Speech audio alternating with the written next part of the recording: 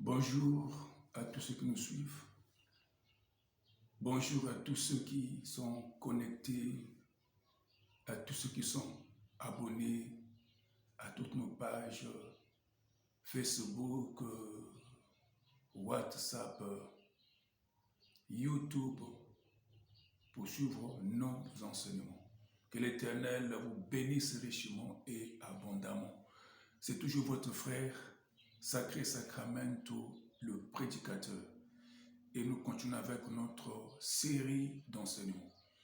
Après la 5e leçon, nous allons passer à la 6e leçon. Nous allons voir encore un autre thème que la Bible nous enseigne. Et aujourd'hui, on va parler sur la prière. La prière est le thème de notre 6e leçon. Comme d'habitude, on va lire certains textes bibliques avant d'entrer dans notre sujet du jour. Donc, on va lire 5 passages bibliques.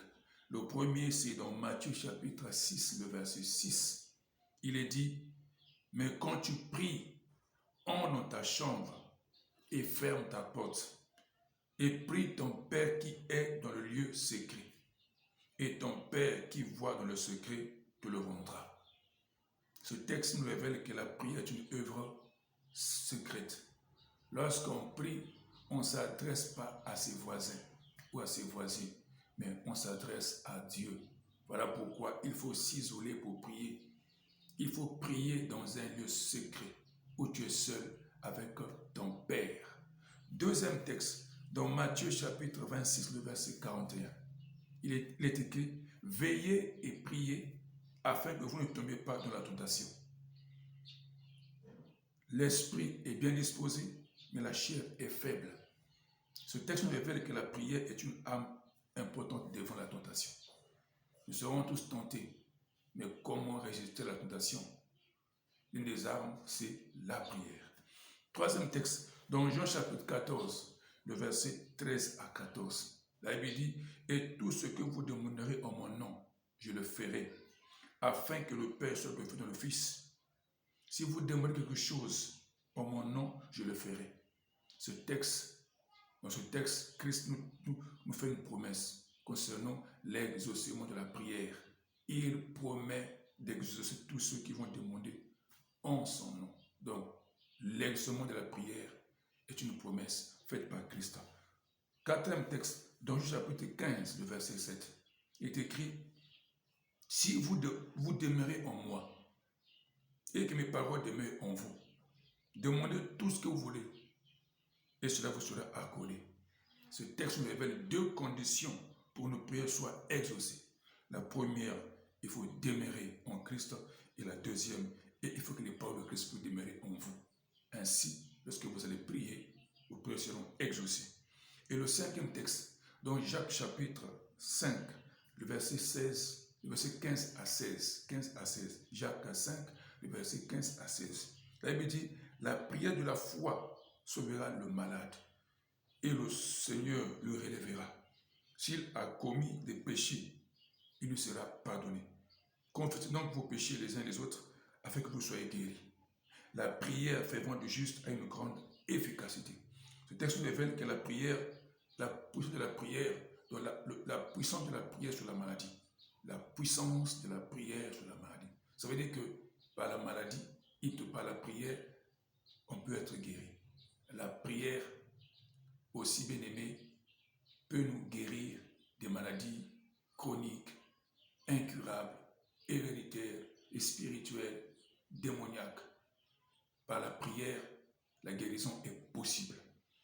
Voilà les 5 textes, je voulais que nous puissions d'abord lire avant de commencer notre enseignement. Maintenant, passons à notre sujet du jour, dont nous parlons sur la prière.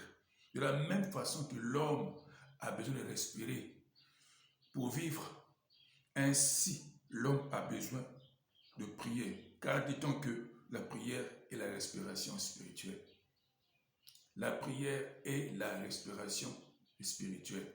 Comment savoir qu'une personne est en vie lorsqu'elle respire? Donc, quand une personne respire, on dit qu'elle est en vie. Et comment reconnaître qu'elle est morte?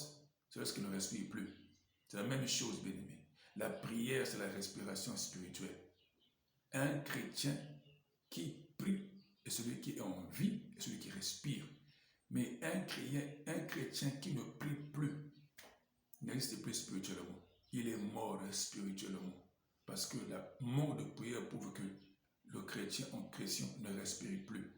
Donc, comprenez que la prière, c'est la respiration spirituelle. Alors,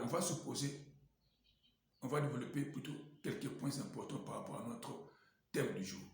Le premier point, qu'est-ce que la prière? On va d'abord définir la prière. C'est quoi la prière? Ou c'est quoi prier? Alors, je vais vous donner 7 définitions, des simples définitions pour comprendre ce que c'est la prière ou c'est quoi la prière.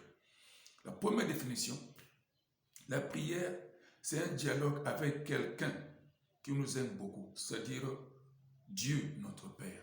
Donc, prier, c'est avoir un dialogue avec Dieu. Quand on parle d'un dialogue, c'est 2 personnes en train de parler. L'une parle, l'autre répond. N'est-ce pas? Il y a un dialogue. La prière n'est pas un monologue, mais la prière est un dialogue. On s'adresse à quelqu'un qu'on ne voit pas, mais qui est vivant, qui est présent par la foi à son existence. Et nous, comme aussi, au travers de ce dialogue, il peut aussi nous répondre. Donc, prier, bien-aimé, c'est parler, c'est un dialogue avec quelqu'un qui nous aime beaucoup, c'est-à-dire Dieu, notre Père. Deuxièmement, prier, c'est parler avec Dieu, mais c'est aussi écouter Dieu. Parler, c'est parler avec Dieu. Prier, c'est parler avec Dieu. Lorsque nous prions, nous parlons. Prier, c'est pas murmurer, mais prier, c'est parler. Ouvrir sa bouche et parler à Dieu. Donc, lorsque nous prions, nous nous adressons à quelqu'un. On parle à notre Dieu, à notre Père. Mais prier, c'est aussi écouter la voix de Dieu. Parce que lorsque nous parlons à Dieu, nous devons attendre que Dieu va nous parler. Parce que Dieu aussi peut nous répondre d'une manière ou d'une autre. Voilà pourquoi celui qui prie est attentif à écouter aussi la voix du Seigneur. Troisièmement, prier, c'est un moyen par lequel l'on peut toucher le cœur de Dieu. C'est-à-dire l'émouvoir, secouer son trône pour notre problème. Oui, bien-aimé, par la prière. De prier, bien-aimé, par la prière, c'est un moyen par lequel l'on peut toucher le cœur de Dieu. Toucher le cœur de Dieu par rapport à ce que nous traversons. Par rapport à ce qui nous arrive. Par rapport à notre douleur, à notre tristesse, notre difficulté. C'est par la prière qu'on s'adresse à Dieu. C'est par la prière qu'on vient répondre devant le Seigneur tout ce que nous subissons, tout ce qui te fait mal, comme a fait la mère de Samuel. Et répondait son cœur devant l'Éternel par rapport à ce qu'elle traversait comme problème. Elle était stérile. Elle est venue déposer sa stérilité auprès du Seigneur de tout son cœur. Quatrièmement, prier, c'est un moment que 2 personnes amoureuses passent ensemble, c'est-à-dire en tête à tête. Donc Dieu et le croyant. Bien-aimé saint, prier c'est un moment. Comme a dit quelqu'un en lingala, to beta masula motema, oyo mokilo gati. Donc on peut se dire des choses que d'autres personnes ne pourront jamais entendre. Donc la prière, bien-aimé, c'est un moment où 2 personnes amoureuses s'entretiennent, discutent, parlent, partagent. Et c'est entre vous et Dieu. Et enfin, bien-aimé, prier, c'est confier en Dieu. Prier, c'est confier en Dieu. Prier, bien-aimé, c'est se confier. Donc la personne qui prie est celle qui reconnaît qu'elle est limitée, qu'elle ne peut pas tout faire. Elles se sont déjà arrêtées à un niveau, donc elle ne peut pas. Elles se sont déjà limitées. Voilà pourquoi elle vient auprès du Seigneur pour se confier, pour dire que ça, je ne peux plus, je n'arrive plus. Ce n'est que toi qui peux le faire. Parce qu'il y a des choses que vous ne pourrez jamais faire. Il y a des choses que vous ne pourrez jamais, bien aimé, régler. Vous êtes limité à un certain niveau. Voilà pourquoi, bien aimé, là vous êtes limité. C'est là où intervient notre Dieu. Voilà pourquoi il faut se confier en Dieu. Demander son secours, demander son aide. Et enfin, prier, c'est chercher l'Éternel de tout son cœur. Chercher l'Éternel de tout son cœur. Donc, prier, bien-aimé, c'est une œuvre du cœur. Parce que quand nous prions, bien-aimé, c'est les paroles qui viennent du fond de notre cœur que nous répondons devant le Seigneur. Donc, la prière, bien-aimé, c'est chercher Dieu de tout son cœur, parler à Dieu de tout son cœur, ouvrir son cœur à Dieu et lui dire des mots ou des paroles au nom de Jésus-Christ. Voilà, en définitive, ce que signifie le mot prier. Deuxième mot, pourquoi faut-il prier? Pourquoi faut-il prier? C'est la deuxième chose, le deuxième point. Pourquoi faut-il prier? Pourquoi vous devez prier? Bien, il y a plusieurs raisons qui doivent vous motiver à prier. On va citer quelques-unes d'entre elles. Pourquoi faut-il prier? Il faut prier parce que la prière, c'est Dieu qui nous ordonne de prier. C'est Dieu qui nous ordonne de prier. Bien aimé, de la Genèse, Apocalypse, nous voyons les hommes prier. Donc la prière est présente dans tous les livres de la Bible. Et Dieu veut que nous puissions prier. La prière est importante pour Dieu. Dieu aime ta prière. Et quand tu pries, Dieu est content. Prier, bien-aimé, c'est Dieu qui veut que nous puissions prier. C'est un ordre qui se trouve dans la parole de Dieu. La Bible, bien-aimé, est un livre de prière. La Bible est un livre de prière. Et dans chaque livre de la Bible, nous lisons ce que Dieu a fait lorsque les hommes ont prié. Et tous les hommes de la Bible et toutes les femmes de la Bible avaient deux choses en commun. Premièrement, tous avaient la connaissance de Dieu et tous étaient des hommes et des femmes de prière. Donc, bien aimé, comprenez que la prière est un ordre divin. Deuxièmement, pourquoi prier? Parce que prier est source de vie. La prière est source de vie. Donc, Amos chapitre 5, le verset 4. Amos 5, le verset 4, il est dit, car ainsi parle l'Éternel à la maison d'Israël, cherchez-moi et vous vivrez. Cherchez-moi et vous vivrez. Donc, par la prière, nous allons chercher Dieu et par la prière, Dieu nous a accordé la vie. Troisièmement, pourquoi prier? Parce que prier est source de puissance. Prier est source de puissance. Dans Jacques chapitre 5, le verset 17 à 18, la Bible est écrite, Élie était un homme de la même nature que nous. Il pria avec instance pour qu'il ne plût point. Il ne tomba point de pluie sur la terre pendant 3 ans et 6 mois. Puis il pria de nouveau. Il ne s'est donné la pluie et la terre produisit son fruit. Pendant 3 ans et demi, un homme appelé Élie a manifesté la puissance en fermant le ciel. Il a fermé le ciel pendant 3 ans et demi. Donc il a privé son peuple. Il a privé son propre peuple la nourriture. Parce que quand il ne pleut pas, on ne peut pas produire, on ne peut pas cultiver, on ne peut pas travailler. Donc pendant 3 ans et demi, le ciel était fermé. Par qui? Par un homme comme vous et moi. Un homme qui connaît son Dieu et qui par la prière a fermé le ciel. Donc par la prière, bien-aimée, nous contemplons, nous vivons la puissance de Dieu. Et la Bible dit, Élie était un homme de la même nature que nous. Donc par la prière, bien-aimée, nous allons contempler, nous allons vivre la puissance de Dieu comme l'a vécu Élie, le prophète. Quatrièmement, prier, c'est source de guérison. Source de guérison. Dans Jacques chapitre 5, verset 15, la Bible dit, la prière de la foi sauvera le malade et le Seigneur le relèvera. S'il a commis des péchés, il lui sera pardonné. La prière est source de guérison. Il y a des maladies que la médecine ne pourra jamais traiter. Il y a des maladies que les médecins ne pourront jamais traiter. Il y a des maladies que même les médicaments, la perfusion, tout ce qui est traitement ne pourra jamais marcher. Comprenez mes amis, là où la médecine échoue, Dieu intervient par la prière. Voilà pourquoi Christ a dit, il a dit, vous imposerez les mains aux malades et ils seront guéris. Il y a des malades qui seront guéris que par l'imposition des mains. Comprenez mes amis que la prière est source de guérison. Il y a ceux qui seront guéris que par la puissance de la prière. Cinquièmement, la prière est source de renouvellement. Dans Ésaïe chapitre 40, le verset 30, la Bible dit, mais ceux qui se confient en l'Éternel renouvellent leur force. Ils prennent le vol comme l'aigle. Ils courent et ne se lassent point. Ils marchent et ne se fatiguent point. La prière, c'est le source de renouvellement. Lorsque nous sommes épuisés, mon pasteur Matthieu dit, un homme de Dieu, après avoir prié, il doit se ressourcer dans la prière. Parce que lorsque un homme de Dieu prie, il libère l'onction, il libère une énergie. Mais après avoir libéré l'énergie, il doit encore se cacher pour se ressourcer. Comme a dit un homme comme a dit le Sadhu Sundar Singh, la prière coûte cher avant et après. Ça veut dire qu'avant de prêcher, il faut prier. Et après avoir prêché, il faut prier. Pourquoi? Parce qu'en priant, nous nous ressourçons pour une prochaine prédication. Sixièmement, la prière est source de protection. La protection. C'est par la prière seule que Dieu peut nous protéger. Dans la Bible, on parle d'un homme appelé Esdras, qui devait effectuer un voyage à Jérusalem. Et il n'a pas voulu demander que le roi des Perses et des Mèdes puisse mettre à disposition une armée. Mais il a mobilisé le peuple qui devait l'accompagner. Ils vont faire un jeûne pour demander la protection de Dieu. Et après ces jeûnes, ils ont fait leur voyage.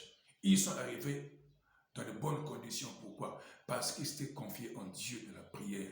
Par la prière, ils ont demandé la protection divine et Dieu les a exaucés. C'est vous dire, bien aimé, par la prière, Dieu vous protège. Par la prière, comme lorsque vous demandez sa protection, il le fera et il vous protégera. Septièmement, la prière est source du salut. La prière est source du salut. Dans Actes chapitre 2, verset 21, il est écrit, alors quiconque invoquera le nom du Seigneur sera sauvé. Quand on parle du salut ici, on fait des choses au secours lorsque nous sommes en danger. Lorsque nous sommes dans un moment difficile, on peut crier à Dieu.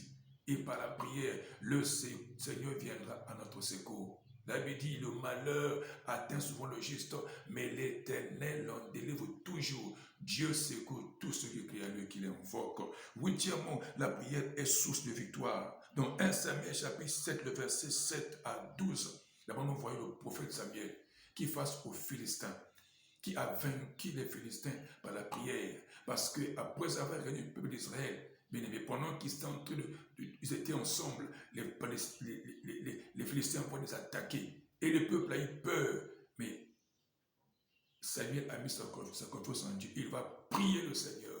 Dieu va envoyer un tonnerre qui va déstabiliser l'armée des Philistins. Oh, bien aimé, Samuel est le seul homme de la Bible qui a vaincu les Philistins, non avec les armes, mais par la prière. Alors que Saoul les a vaincus par la prière. Saoul les a vaincus par les armes, David par les armes. Mais Samuel a invoqué le Dieu d'Israël. Et le Dieu d'Israël a envoyé un tonnerre qui a déstabilisé l'armée. L'armée a été déstabilisée. Et depuis le jour, la Bible dit, ils n'ont plus jamais attaqué Israël. Pourquoi? Parce que la puissance de Dieu manifestée par la prière, parce qu'un homme de Dieu a prié, Dieu a manifesté sa puissance. Donc la puissance de Dieu est la réponse de la prière d'un homme appelé Samuel. Par la prière, bien aimé, nous aurons la victoire. 7 et 9e, la prière est source de réveil. Aucun réveil n'a été motivé par l'argent. Aucun réveil n'a été motivé par l'argent. Frère, dans l'histoire de l'Église, aucun réveil n'a été motivé par l'argent. Mais au contraire, le réveil dans le monde entier, depuis que l'Église existe, le réveil a toujours été la réponse aux prières des saints. Les gens ont prié Dieu et Dieu a répondu par un réveil. Dans 2 Chroniques chapitre 7, le verset 14, il est dit, si mon peuple, ceux qui est invoqué mon nom, s'humilie et cherche ma face, c'est d'être ses mauvaises voies, je l'exaucerai des cieux. Je lui pardonnerai son péché et je guérirai son pays. La prière,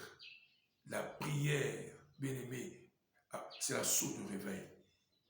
C'est la source de réveil. Si nous voulons vivre encore un nouveau réveil, et je vous dirai, bien aimé, des chrétiens assoiffés de réveil, cherchez Dieu. Et je réponds par la puissance du Saint-Esprit.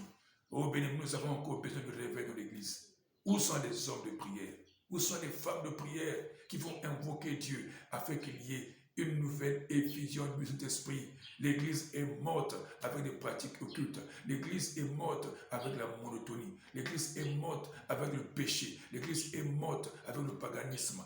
L'Église est morte avec le mélange entre le christianisme et le paganisme. Voilà pourquoi, bien aimé, on a besoin de réveil, parce que l'Église est morte à cause du péché. Le péché est autorisé, le mal est autorisé, le paganisme est dans l'Église, le monde infeste l'Église. Mais il nous faut un réveil, un puissant réveil. Il faut qu'il y ait des hommes qui vont prier, chercher Dieu, nous toujours de la prière, Prions que Dieu puisse répondre par un nouveau réveil, pour l'Église puisse se réveiller, parce que l'Église dort. Oh, l'Église est en train de dormir, les chrétiens dorment, et le diable en profite. Pendant que vous dormez, il profite pour se livrer. Voilà pourquoi, bien-aimés, on doit se réveiller à la prière. On doit repartir dans la chambre haute où tout a commencé. L'Église a commencé dans la chambre haute. L'Église est née dans la chambre haute. Parce qu'ils ont prié, Dieu a répondu à un puissant réveil. Et la suite, vous connaissez, le monde a été bouleversé. On a encore besoin d'un réveil aujourd'hui. Voilà. Voilà, bien aimé, comprenez mes amis, on a encore besoin du réveil aujourd'hui. Dixièmement, la source de la prière est source de délivrance. La prière est source de délivrance. Dans Somme chapitre 50, verset 15, elle me dit, invoque-moi au jour de la détresse, je te délivrerai et tu me glorifieras. Oui, invoque-moi au jour de la détresse, je te délivrerai et tu me glorifieras. Dieu a toujours délivré ceux qui l'invoquent dans les temps difficiles. Comprenez mes amis, il n'y a pas de délivrance sans prière. Si vous ne priez pas, bien-aimé, Dieu ne pourra jamais vous délivrer. 11e point, pourquoi prier? Parce que la prière est source de révélation divine. La révélation divine. Dans Jérémie 29, verset 13, il dit, vous me chercherez et vous me trouverez. Si vous me cherchez de tout votre cœur, bien-aimé, Dieu se laisse trouver par tous ceux qui le cherchent de tout leur cœur. C'est par la prière que Dieu se révèle à ceux qui le cherchent. Invoque-moi, il a dit, je te répondrai et je t'annoncerai des choses cachées que tu ne connais pas. Dieu se révèle à ceux qui le cherchent. Dieu se révèle à une église qui le cherche. Dieu se révèle à un ministère qui le cherche. Dieu se révèle à un homme ou à une femme qui le cherche. Bon aimé, cherchez Dieu à la prière et il se laissera trouver. Et enfin, 12e, la prière est source de visitation divine. Dans Actes chapitre 13, le verset 1 et 3, je vais paraphraser. La Bible dit, pendant qu'il servait Dieu dans le ministère, il gênait et priait. Le Saint-Esprit a dit, mettez-moi à part Paul et Barnabas et Saul pour l'œuvre à laquelle j'ai appelé. L'église d'Antioche était un homme, une église qui était bénie par plusieurs ministères. Et ensuite, cette église était toujours en prière. Et c'est pendant qu'il priait que Dieu s'est révélé. C'est pour dire, bien aimé, Dieu visite une église qui prie. Dieu visite un couple qui prie. Dieu visite une famille qui prie. Dieu visite une maison qui prie. Si vous ne priez pas, il n'y aura jamais de visitation divine. Voilà, bien aimé, les raisons qui doivent nous pousser à prier. 3e point, comment prier? Comment prier? Oh, bien aimé, c'est une question. Comment devons-nous prier? Bien aimé, en utilisant toute forme de prière ou toutes sortes de prières. Et la Bible nous révèle une diversité de prières qu'on doit, bien aimé, pratiquer. Premièrement, la requête. Donc, demander à Dieu toutes choses. La prière de demande. Dans Jean chapitre 14, verset 13 à 14, que ça dit, et tout ce que vous demandez en mon nom, je le ferai, afin que le Père soit glorifié dans le Fils. Si vous demandez quelque chose en mon nom, je le ferai. Donc, Dieu veut que nous puissions demander. Donc, on peut demander. Demandez tout ce que vous voulez. Tout ce que, sans exception, demandez et cela vous sera donné. Deuxièmement, comment prier? Bien-aimé, en louant Dieu, la louange. Glorifier Dieu pour ce qu'il fait. Il faut glorifier Dieu. Psaume 22, le verset 23, la Bible dit, vous qui craignez l'Éternel, louez-le. Vous tous, possédés de Jacob, glorifiez-le. Tombez devant lui, vous tous, possédés d'Israël. Bien-aimé, on doit glorifier Dieu par rapport à tout ce qu'il fait. S'il t'a béni, glorifiez-le. Il t'a gardé, glorifiez-le. Il a béni, glorifiez-le. Glorifions Dieu par rapport à tout ce qu'il fait de nos vies. Troisièmement, comment prier? Bien-aimé, en rendant grâce à Dieu. Action de grâce. Ça veut dire remercier Dieu. Ephésiens chapitre 5, verset 20. Rendez continuellement grâce à Dieu pour toutes choses.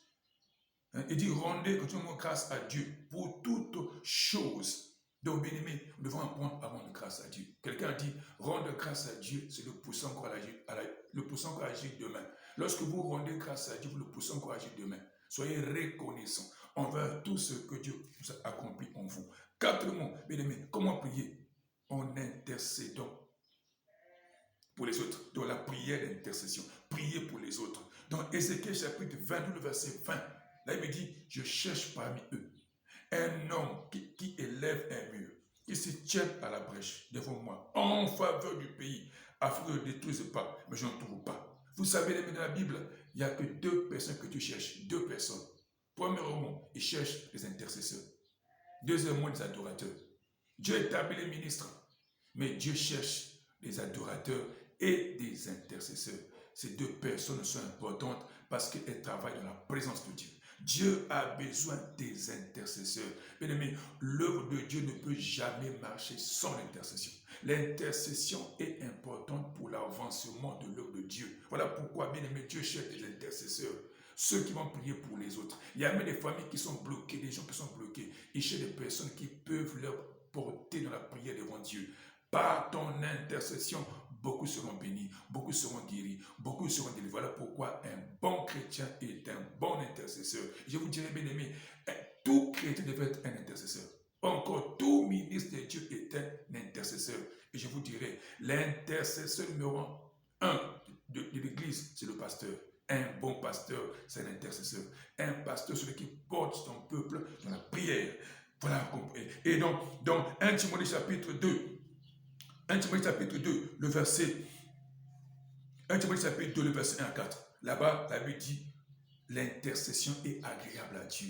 Dieu veut nous prier pour les rois, pour tous les hommes, pour ceux qui sont élevés en dignité, afin qu'ils nous mènent une vie paisible. Bien aimé, l'intercession précède le salut. L'intercession précède, bien aimé, la croissance de l'Église. Il n'y a pas de salut sans l'intercession. Si vous ne priez pas, bien aimé, il y a des âmes qui ne seront pas gagnées. Même Christ veut que nous puissions prier afin qu'il puisse envoyer des ouvriers dans sa moisson. Donc, par l'intercession de l'Église, bien aimé, Dieu, le Seigneur enverra des ouvriers dans sa moisson. On a besoin des intercesseurs, ceux qui vont prier pour les autres. Il y a des gens qui seront bénis que par vos prières. Il y a des gens qui seront visités que par vos prières. Dieu attend que vous puissiez prier. Votre prière pour les autres est si important. Et Dieu aime l'intercession. C'est important. Oui. Cinquièmement, pourquoi prier? Comment prier? On doit prier en suppliant Dieu. La supplication. Encore implorer Dieu. Oh, c'est une prière que les Juifs savaient très bien faire. Lorsque les Juifs passaient par un temps difficile, ils suppliaient Dieu. Qu'est-ce qu'ils faisaient? Ils portaient le sac. Ils mettaient la sang sur leur corps et demain même le sol. Ils criaient à Dieu toute la journée jusqu'au soir. Ils restaient ainsi jusqu'à ce que Dieu répondait à leurs prières. Ils cherchaient Dieu. Et dans le chapitre 2, verset 18, il est écrit, les engageons à implorer la miséricorde du Dieu des cieux, afin qu'on ne fît pas périr Daniel et ses compagnons avec le reste des sages de Babylone. Même Daniel est en danger, parce que le roi de Babylone avait décrété quelque chose. Une loi a été décrétée parce que personne n'arrivait à lui expliquer le songe qu'il avait fait. Il a dit, donc on doit tuer tous les magiciens, les sages du pays, tous ceux qui n'avaient pas pu le faire. Daniel a été mis au courant. Il a dit, à cause du temps, ils vont implorer le Seigneur pour connaître la vision. Comprenez ce qui s'est passé. Dieu a révélé à Daniel le son du roi et de l'interprétation. Bien aimé, c'est par la prière, parce qu'il a imploré Dieu, Dieu a répondu à sa prière. Bien aimé, apprenez à implorer Dieu lorsque tu vas mal. Implorez le Seigneur, il finira par se révéler à vous. Sixièmement, bien aimé, par l'adoration. L'adoration, élever Dieu pour tout ce qu'il est. Voilà pourquoi un adorateur est si important. Un adorateur ne prie pas pour les autres, mais un adorateur est celui qui élève Dieu. Dieu cherche des adorateurs, des personnes qui vont l'élever. Christ a dit dans Jean chapitre 4, verset 24, l'heure vient, elle est déjà venue, où les vrais adorateurs adoreront le Père en esprit et en vérité. Car ce sont là les adorateurs que Dieu cherche. Où sont les adorateurs? Un adorateur, ce n'est pas celui qui commande, ce n'est pas celui qui demande, mais celui qui élève le Seigneur. Dieu cherche des adorateurs. Les adorateurs, ceux qui vont élever le nom de l'Éternel, ceux qui vont élever Dieu, élever Jésus. Jésus-Christ a besoin des adorateurs. Ils sont où aujourd'hui? Où sont les adorateurs? On dit les vrais adorateurs. Il y a aussi des faux adorateurs. Il y a aussi des faux adorateurs. Mais Dieu a besoin des vrais adorateurs et non des faux. Êtes-vous un vrai ou un faux adorateur? Votre cœur est témoin. Septièmement, comment prier le combat spirituel? En combattant les esprits maléfiques. Le combat spirituel, la prière du combat spirituel, ce n'est pas une prière qu'on adresse à Dieu, mais c'est une prière qu'on adresse contre Satan et ses démons. Donc, prendre l'autorité sur le diable et ses démons. Dans 2 Corinthiens chapitre 10, le verset 3 à 4, on dit, si nous marchons la chair, nous ne combattons pas sur la chair. Donc, notre combat n'est pas charnel. Le combat spirituel, c'est un combat spirituel. On s'adresse à Satan et à ses démons. Donc, Éphésiens chapitre 6, verset 20 à 10, Éphésiens chapitre 6, verset 10 à 20. Là-bas, on révèle, bien aimés, nos ennemis. Nos ennemis, nos armes et notre allié. Voilà pourquoi, bien aimés, nous devons nous engager dans le combat spirituel. Si vous ne chassez pas les démons, ils ne vont jamais partir. Voilà pourquoi un bon chrétien doit aussi prier, doit aussi chasser les démons. Donc on doit combattre spirituellement contre tous ces esprits maléfiques qui nous empêchent à évoluer ou combattre le Dieu, qui combattent les hommes et Dieu. Et huitièmement, on peut aussi prier en jeûnant et par le jeûne, pratiquer le jeûne, prier avec privation de nourriture. Le jeûne est biblique. Le jeûne est biblique. On dit beaucoup de gens ne veulent plus jeûner. Ils disent que Christ a déjà jeûné pour nous. Christ a jeûné pour lui et non pas pour nous. Preuve que même les apôtres ont commencé à jeûner après l'ascension de Jésus. C'est pour dire, bien aimé, le jeûne est biblique. Et un bon chrétien, un homme de Dieu doit avoir un temps où il se retire en jeûne pour chercher la foi de Dieu. Le jeûne est biblique, c'est très important. Et neuvièmement, on peut se prier en faisant un vœu à Dieu. Prière avec feu. Bien aimé, c'est une prière efficace. Demandez à la mère de Samuel, Anne, qui a fait un vœu à Dieu. Faire un vœu, c'est faire une alliance avec Dieu. Une alliance. Qu'est-ce qu'elle va dire? 1 Samuel chapitre 1, verset 10 à 11. Elle dit, et la mère tue dans l'âme. Elle pria l'Éternel en versant des pleurs. Elle fit un vœu en disant, Éternel des armées, si tu daignes regarder l'affliction de ta servante, et si tu te souviens de moi, et n'oublie point ta servante, et si tu me donnes un mal, je te le consacrerai pour toute sa vie, et le rasoir ne passera point sur sa tête. Elle a fait un vœu. Elle a demandé à Dieu un mal. Elle dit, si tu me donnes un mal, je veux te le consacrer. Alors qu'elle était stérile, elle était un enfant. Mais elle fait un vœu. Tu me le donnes, je te le consacrerai. Donc elle fait un vœu, c'est fait une alliance avec Dieu. Donc Dieu, dans cette prière, Dieu avait sa part. C'est qu'il donnait un enfant qui sera consacré. Et ce que Dieu a fait, elle a donné un enfant à cette femme. Et cette femme a consacré cet enfant. Cet enfant s'appelle Samuel. Samuel signifie demander à l'Éternel. Après avoir accompli son vœu, elle a dit, Dieu va visiter cette femme. Elle va avoir des garçons et des filles à la place de celui qu'elle avait consacré à Dieu. Bien aimé, parfois, faites des vœux à Dieu par rapport à ce que vous vivez. Faites un vœu à Dieu. Et vous allez voir que Dieu va vous visiter. Notez bien, le plus important, c'est de prier avec son cœur pur et sincère comme un enfant qui s'adresse à son père. Voyez-vous? Donc quand vous priez, bien aimé, soyez sincère. Soyez sincère lorsque vous priez, surtout lorsque vous êtes en train de prier selon, ou lorsque vous êtes en train de demander à Dieu, de louer Dieu, de rendre grâce à Dieu, d'intercéder, de supplier Dieu, d'adorer Dieu, de gêner, de combattre, ou encore lorsque vous faites un vœu à Dieu, bien aimé, soyez sincère. Dieu aime la sincérité. Dieu fait des grandes choses avec des personnes sincères. Une prière sincère devant Dieu est toujours exercée. Alors pour terminer le quatrième point, où et quand on doit prier? Où et quand prier? D'abord, on va parler, c'est où prier. On peut prier partout où cela est possible, sans déranger la société, ni paraître hypocrite. 1 Timothée chapitre 2, verset où dit, je veux que les hommes prient en tout lieu, en élevant les mains pures, sans colère ni médisance. Donc on peut prier partout. On peut prier partout. Partout où vous êtes, vous pouvez prier.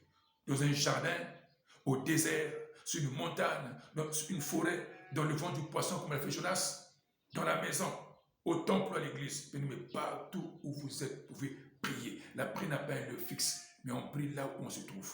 Deuxièmement, quand prier, bien aimé, quand prier, quand prier. On peut prier n'importe quand, autant que cela peut se faire. 1 Thessaloniciens chapitre 5, verset 17, on dit prier sans cesse. Donc, bien aimé, moi je vous présente 4 temps qu'on peut prier. Premièrement, vous pouvez prier le matin. Marc 1, 35, Christ a prié le matin. Qu'est-ce qui est important dans la prière du matin? La prière du matin est très importante parce que vous rencontrez Dieu avant de rencontrer les hommes. Vous rencontrez Dieu avant de rencontrer le diable. Vous rencontrez Dieu avant de rencontrer les circonstances. Dieu vous oint pour surmonter toutes les montagnes que vous rencontrerez dans votre vie, la journée. Si vous commencez votre prière le matin. Deuxièmement, on peut se prier l'après-midi. Jésus-Christ aussi a prié l'après-midi. Marc 6, verset 46. Quand vous priez l'après-midi, cela veut dire que dans la chaleur du jour et le feu de la bataille, vous reconnaissez Dieu comme la force la plus importante de votre vie. Dieu vous bénira pour la prière de l'après-midi. Troisièmement, vous pouvez prier la nuit. Jésus a également prié la nuit. Luc chapitre 6, le verset 12. Il y a quelque chose de spécial dans la prière de la nuit qui est différente de la prière du jour et de l'après-midi. C'est une expérience très différente. Pourquoi? Regardez bien aimé, les sorciers rôdent et travaillent la nuit. N'est-ce pas? Les ténèbres, les occultistes souvent agissent la nuit. D'après ce qu'on entend partout bien sûr. Donc quand vous priez la nuit, vous vous attaquez aux forces sataniques, maléfiques qui veulent détruire les autres. Troisièmement, le quatrième moment de prière, bien aimé, c'est quand? C'est quand? C'est en tout temps. Priez en tout temps. En tout temps. Vous priez en tout temps. Vous pouvez prier, bien aimé. Quand vous êtes triste, priez. Vous êtes joyeux, priez. Vous êtes malade, priez. Vous êtes en bonne santé, priez. Vous avez l'argent, priez. Vous n'avez pas l'argent, priez. Vous êtes découragé, priez. Votre enfant, priez. Bien aimé, priez en tout temps. Et ensuite, priez en tout lieu et en toutes circonstances. Ne vous fatiguez jamais de prier.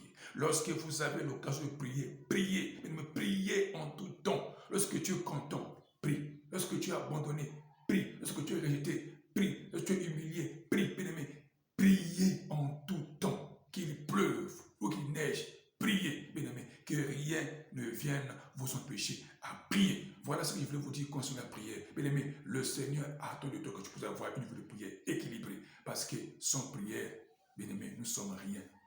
Écoutez-moi très bien. Il n'y a que deux personnes qui connaissent la puissance de la prière. Premièrement, le diable qui vous empêche de prier. Deuxièmement, Dieu qui veut que vous puissiez prier. Car Dieu sait que si vous priez, il va accomplir de grandes choses. Dieu attend de vous. Comme a dit quelqu'un, il y a une gloire qui se cache dans les nuées de Dieu. Mais j'ai des personnes qui vont prier afin qu'ils puissent répondre. Vous êtes cette personne. Réveillez-vous, priez parce que Dieu attend de vous. Attend de vous. Dieu a besoin de vous. Dieu est sous de vous. Voilà pourquoi il vous interpelle par ce message. Réveille-toi. Réveillez-vous. Priez. Il y a des choses qui vont vous réveiller que par la prière. Il n'y a pas de gloire sans prière. Il n'y a pas de succès sans prière. Il n'y a pas de guérison sans prière. Il n'y a pas de bonheur sans prière. Il n'y a pas d'élévation sans prière. Il n'y a pas de vie sans prière. Il n'y a pas, bien aimé, de révélation sans prière. Il n'y a pas de grandeur sans prière. Bien aimé, tout est possible grâce à la prière. Voilà pourquoi priez. Priez, bien aimé, priez. Avec la prière, vous aurez la paix. Avec la prière, vous aurez la joie. Avec la prière, Dieu va vous bénir d'une manière ou d'une autre. Avec la prière, bien aimé, même les portes qui sont fermées vont s'ouvrir. Dieu agit. Dieu travaille avec ceux qui prient. Soyez richement bénis. Que le Saint-Esprit vous amène dans une nouvelle dimension. Que le Saint-Esprit vous anime. Qu'il vous réveille la vie de prière qui a été étouffée. Réveille-toi, mon frère, parce que Dieu va agir en toi. Mais il attend que tu puisses prier. Par ta prière, bien aimé, Dieu va manifester sa gloire. Soyez richement bénis. Alors, il va prochainement pour notre 7e émission. N'oubliez pas, bien aimé, connectez-vous. Abonnez-vous sur ma page Facebook, YouTube. YouTube, je dis YouTube, Facebook, connectez-vous. Le nom Sacré Sacrament, le prédicateur. Soyez richement bénis. À nous revoir prochainement pour la 7e leçon. Bye bye. Je vous aime beaucoup. À bientôt. Shalom et bye bye. Merci.